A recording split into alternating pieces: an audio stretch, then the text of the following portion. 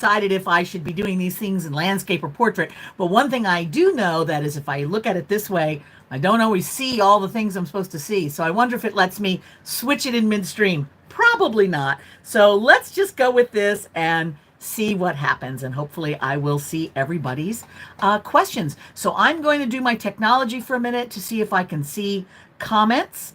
I believe this shows me where my chats are. Okay. We are live, I think, and I've gone in this format, but I'm realizing that you get to see down the hallway and you get to see my unmade bed. So you're welcome. How fun is that? Katie, I see that you are there and I am seeing that you're here too. So my technology is working. Yay! Hi, Katie.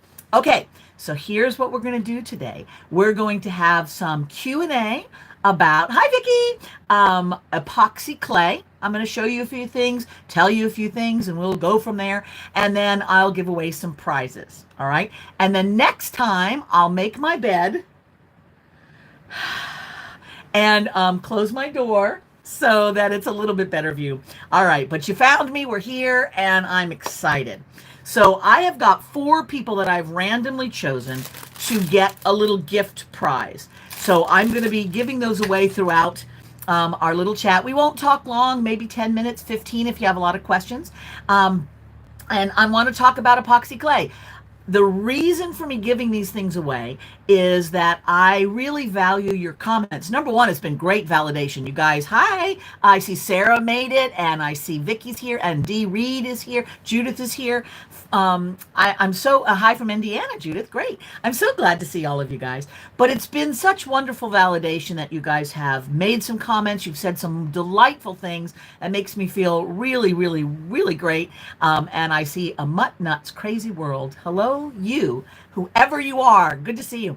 So thank you for that. And it does help, hi Myra, kick this up into the algorithm a little bit better, which is nice. So the first thing I'm going to do, now you don't have to be present to win. So at any point, whoever comes and watches this, if they hear their name and you haven't contacted me yet, can be like, oh, I won something. So I'm going to say the names as we go along of those who've won.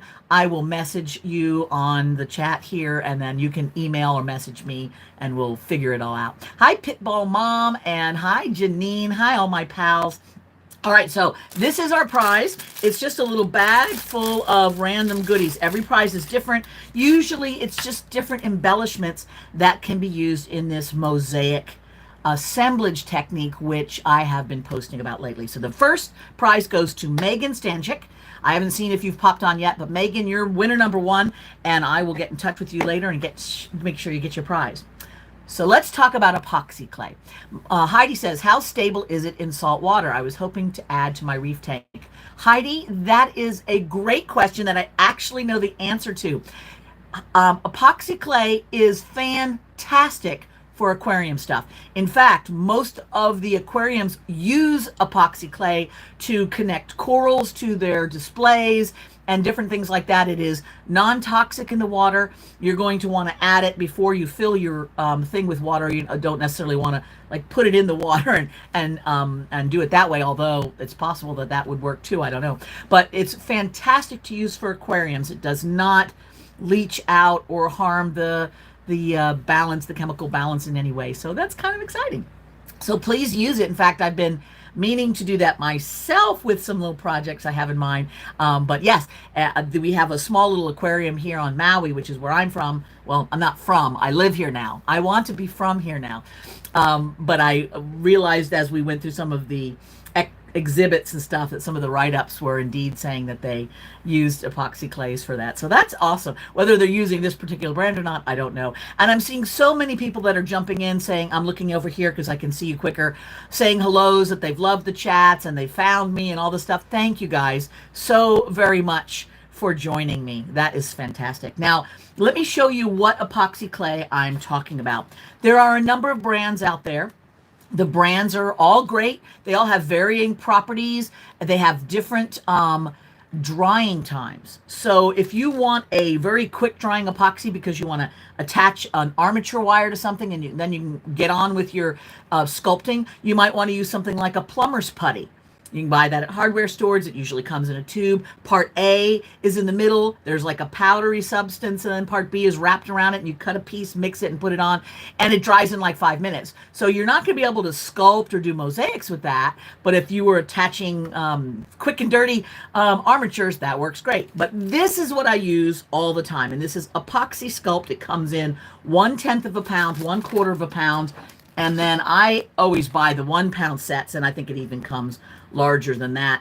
But I use it pretty frequently, so I'm using the larger ones. But when you're just getting started, these sizes are fantastic. And I do carry those on my site.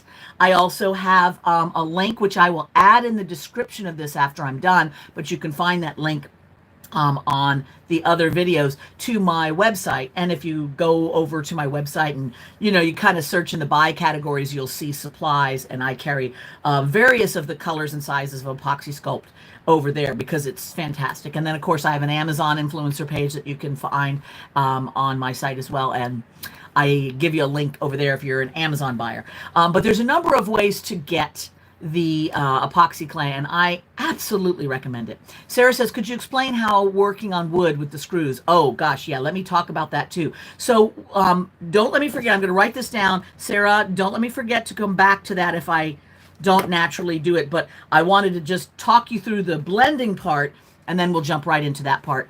On the various videos that I have here on my channel, I sometimes talk about the process. So these latest backstories, I'm just kind of telling you about the bits and pieces and things. For example, this is one of the pieces that I'm still working on. This is a work in progress.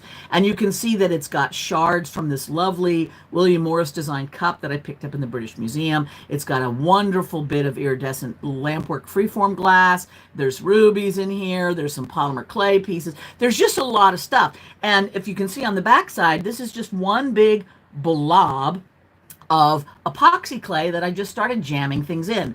Now I work pretty quickly, so having a blob this big works for me. And I just mix the two parts in equal amounts together, put it on a non-stick surface, flatten it down, and then just start shoving things in. But you've only got about an hour of really good work time. Thank you guys. It is pretty, right? I'm very excited about it. So you don't want to bite off more than you can chew and get panicked, because as the clay starts to harden, it takes 24 hours to fully cure. But after about an hour to an hour and a half, depending on how hot or cool your workspace is, cooler lets it be workable longer, it's going to start getting stiff, and things are not going to be able to be pushed in as much. So you only want to work in sections that you feel comfortable with. Like, might be a good idea to like just do a little blob this big, and then add another blob and start adding this, and then add another blob, and just work in stages. Epoxy clay sticks to itself no problem, so that is really great. And I appreciate that you guys have liked it, and it seems to me that it might be time for another prize, right? Before we keep moving on. So I have randomly picked prizes from all the people that have commented on these latest backstory videos that I've just posted, and I will continue to do so. So each time I put a backstory video up, if you want, and you can comment on any of them, I'll be picking a random winner specifically from that category. And I just saw Katie pop up. Katie, you were one of the random winners, Katie Man. So you will get a little gift bag. I will contact you and make sure that I get that to you. How fun, right? Okay, so moving right along, when you've mixed your clay and started to put things in it, you've got that hour's worth of working time. Now, for anybody who wants a little bit more in-depth help, hand holding and things like that, I have often got workshops that I do online, events that I do online, or tutorials, all of which you can find at my website, and they will walk you through the process in total. So very step by step, showing you everything. Usually they're video format, and a lot of the events are fun because we have a lot of back and forth like this and more demo time and live chat time, so that's kind of nifty. D. Reed says that piece you're working on is beautiful. Looking forward to seeing the finished piece. As am I, because I got this far and then I actually made like a background for it, but I thought, you know what, it needs something more. This is so dramatic that it just kind of needs to be expanded and get bigger. So I'll keep you guys posted on what happens. I will actually have a backstory about this one as it is so far. And then as I make it bigger, I'll have another one. So now we're going to talk about, Kimball is asking again, as Sarah did, what about attaching the epoxy to wood? Does the wood need to be sealed? That is such a great question, and I'm so happy to share that information with you. What you want to think about whenever you're using epoxy clay is, what is it going to naturally grab to? For example, this is a lovely little Japanese ceramic condiment type dish, and I've attached epoxy clay legs to it. I often have leftover epoxy. I don't like that to go to waste, so I'll put it on things that, so later on I can embellish this with more mosaics. So anything that is ceramic, glass, metal, stone, things like that that are good, strong, solid surfaces, it's going to grab onto. But when you have natural things like wood or paper or other things like that, the epoxy clay will maybe stick to that surface, but it's a thing made up of fibers, right? So when you put epoxy clay on wood, it's going to grab lovely to the bits of wood that it grabs to. But the wood itself is not holding together firmly. So at some point, that whole epoxy piece might pull right off, especially on a more soft wood or one that's got a lot more, fibrous nature to it. So what you want to do is, just as Sarah had asked about, is put some wood screws. So what I do is I'll take a couple of wood screws. They don't have to be very big, just enough to anchor several anchor spots into your wood. And then you can put your epoxy clay, because it'll go over that wood. And a little workaround is, I take a little ball of epoxy clay and grab it around to the top of that screw first, and then put more epoxy clay over the whole top of that. That way I'm sure that my epoxy clay isn't just sitting on the surface of that metal, but has grabbed all onto it. So somebody asked if there are any Mockelmizers on the chat. Since I, Graham, do not know what that is, I cannot answer that. But if you are a Mockelmizer, whatever the heck that may be, feel free to shout right out and let Graham you're here. So that is the best way of attaching to things like wood. Now, what about plastics? Hi, Carol. I say that there's the same kind of thing going on with the plastic. So let's say you've got some plastic surface, whether it's thin and flexible or dense, and you're trying to put that epoxy clay on there. Plastic's just a problem, and obviously polymer clay is a plastic as well. So I'm always using ways to anchor it in. Now in this particular piece, what I did is, let's see if I can get close. Do you see that those are little ball-tipped head pins? So I've made this polymer clay leaves, polymer clay leaves with little holes in them, and then I've inserted just this little head pin so that I have this little metal bar, so the epoxy clay is grabbing onto that and holding the polymer. Now, that's small pieces. They're going to go fine. There's going to be a lot of surface tension. But if you're attaching a bit of epoxy clay onto a larger plastic piece, try to use that same screw situation, or drill a hole in it, put some wire. You can kind of like twisty tie a wire in there, and then the epoxy clay will have a way to do that. From Lancaster, England. Where's you from? I'm in Maui at the moment, but I have been most of my life on the East Coast, but I'm here now. So yeah, so from anybody else from Lancaster, England, that is a friend of Graham's, shout on out. But so I think what you're always wanting to think about anytime you're attaching something to something else is the best way of making connectivity. Glue cannot be trusted, so you want to try and adhere that a little bit more if possible. And again, I am realizing that you have a whole lot more of my bed showing than I would have liked and preferred. Sorry about that, guys. I have a very small little studio room, and I kind of roll from bed to studio and back for a nap, so it works out well for me. But I realized that the format here is, normally I do the vertical, and it asked me if I wanted to do either or. I'm like, well, yeah, I do, but I hadn't cleaned up my world yet, so oh well. All right, it's time for another prize. So I have picked random winners, as I mentioned, based on those of you who have made comments in the backstory. And the backstory videos, of which there are 2 so far, more are coming. Continue to comment. I will continue to pick people. So next winner is Carol Shelleman. Carol Shelleman, I'll be in touch, but you are also going to win a little bag of random goodies to use in your own mosaic or polymer clay creations. All right, so let's see. We had another question here. Let's see.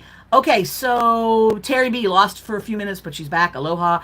Sarah, how do you use silicone push molds? Sarah, I will love to talk about that, but let's not this time. I'll message you privately on that one, since I want to keep it just an epoxy Q&A at the moment.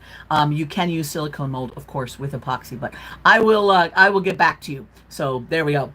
All right, so a couple of other things I wanted to mention to you before we say goodbye. And that, of course, is if you have questions, as you have, continue to ask.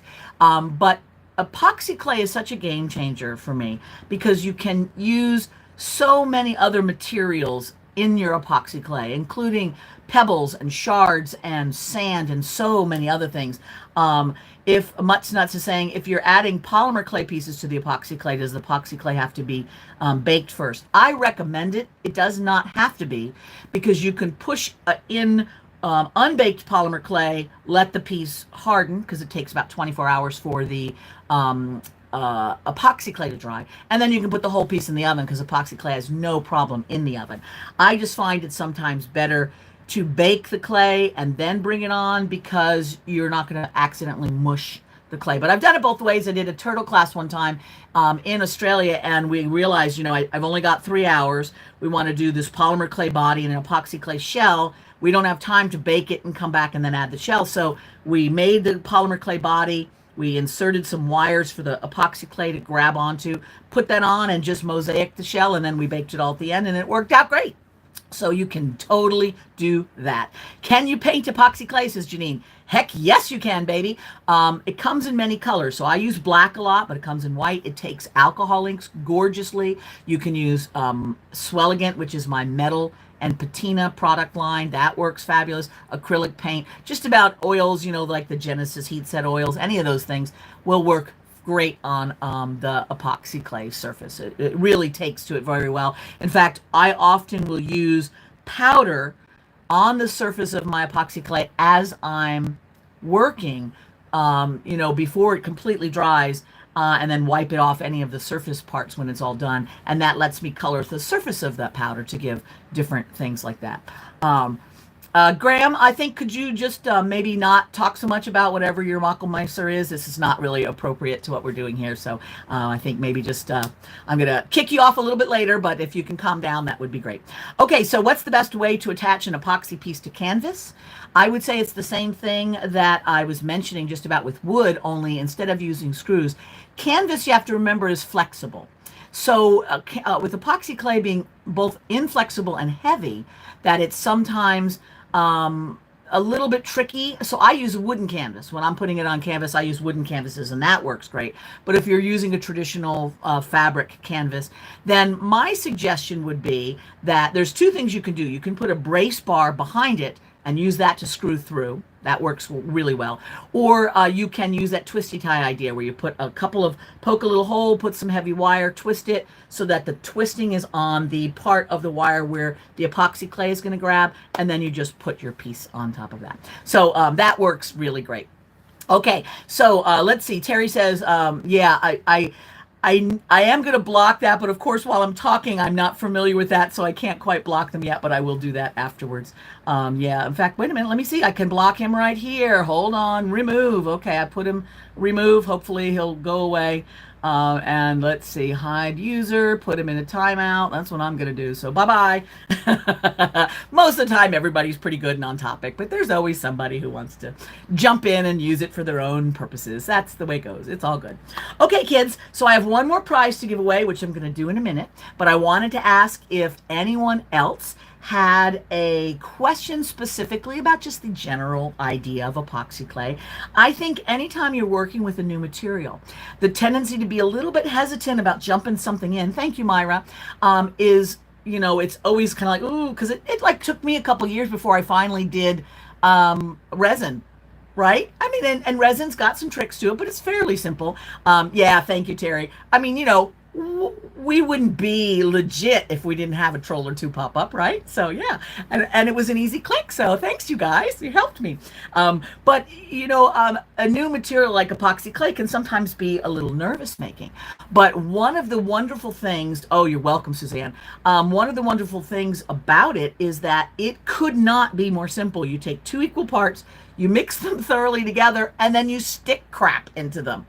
I mean, you can't get any easier than that. And you can't really ruin it. You can put it on things, you can attach stuff to it, you can dry it, and then use it on your polymer clay. There's so many things. And I've put up quite a number of little free videos, not tons of them. I'm working on it, but I know there's 3 or 4 or 5 of them here on my channel with epoxy clay projects. So it should be a very simple thing just to jump in if you want. Suzanne also says, I have a cardboard back canvas. Use screws on that. I would suggest it. Screws seem to work well through the cardboard, Suzanne. Like if you're doing journal covers and stuff, sometimes that is funny because you've got that cardboard and there's covered surfaces. So I think anytime you can just try and get some way to that epoxy clay can be riveted into or anchored into its base material, if it's not a tile or glass or metal or something like that, then you're going to do really well. Once opened, how long is the epoxy clay good? The epoxy clay is nice. It doesn't air dry. So you can see I've got something like this, and I just dip out of it. Over time, the hardener part will get like a crusty yellowness to it. That doesn't bother it in the least. It makes it a little bit more stiff. So you have to knead it a bit more for it to get back to usability. But it's still good for years and years. I talked to the folks who make this. They're a wonderful family business. And they said, yeah, I mean, we've had some on our shelves for 10 years and it's still fine. I do notice that it gets a little crusty.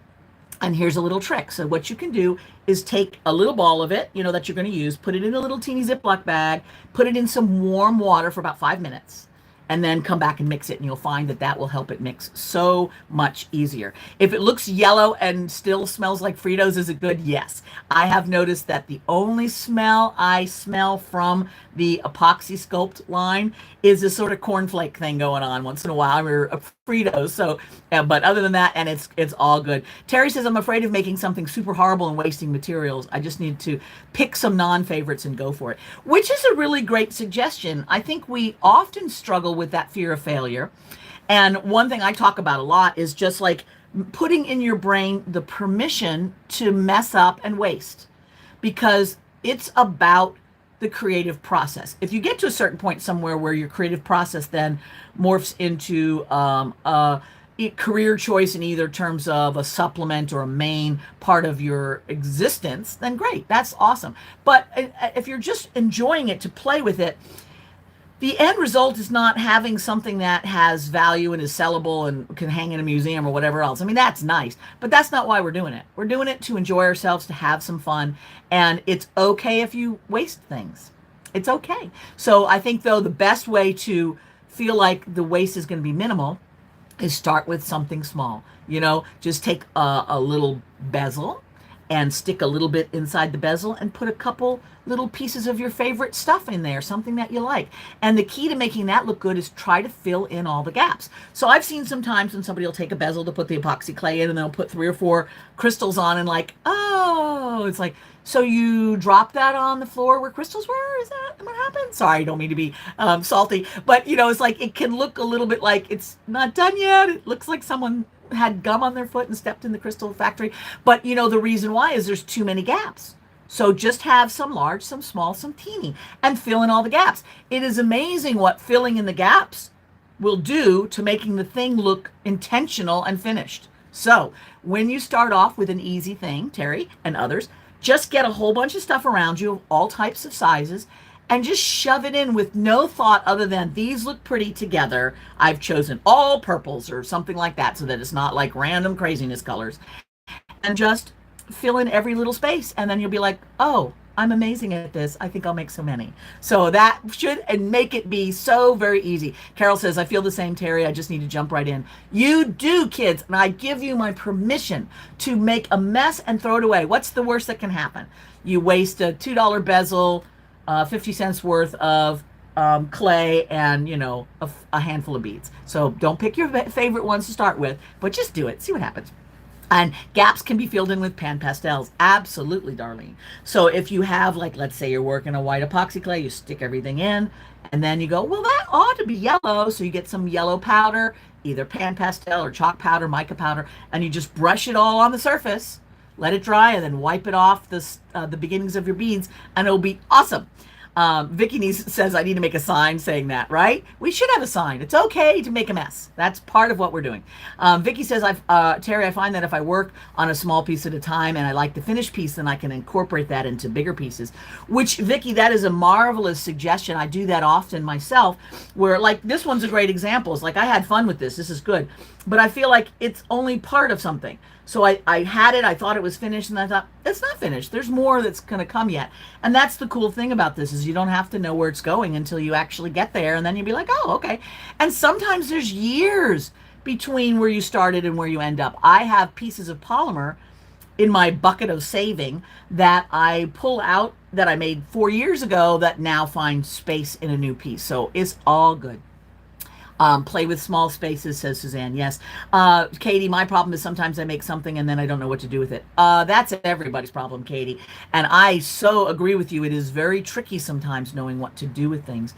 If you're creating for the pure joy of it, then probably figuring out an outlet to give away what you have, whether sometimes there are things like bottles of hope. You can decorate little bottles and give it to that thing. There's beads of courage. There's art abandonment. There's a number of these things out there that are already organizations to help you just give your things to other people randomly that might benefit from it. So those are nice ways to enjoy the process without the guilt of having a box full of finished things that you don't know what to do with. And those of you who enjoy selling and that kind of thing can try some small, bazaar type things, or start putting them up for sale on your site. That's a whole nother thing, and not everybody wants to do that. So finding another place that you can give them away might be pretty good. The other thing you can do is you can make a little nook on your wall that is your museum display. So you just put like a little small cabinet or little something underneath it where you can store all your pieces, and then you just change it out month by month. So you put a new piece up each month to look at, and the rest are just waiting for their turn. And that can work too. Janine, my problem is having too many choices. I need to pick one focal and then gather things that just go with that and jump right in. Awesome, Janine. I think that is really, really a good way to look at it. We can get bogged down with having too many choices. I have a creativity tip video series there. There's a few in that series, which I make more of. And one of them is called an inspiration tray. So you may want to check on that. But that's echoing what Janine was saying of how to kind of fine tune your choices so that you don't get overwhelmed and paralyzed by not knowing which ones to pick. Darlene says making a mosaic turtle shell was a good start for me. Yes, and we have that freebie up here in the channel as well. It's a great place to start. A number of you have made that. It's a wonderful way because you're just using a small shell's worth of mosaic.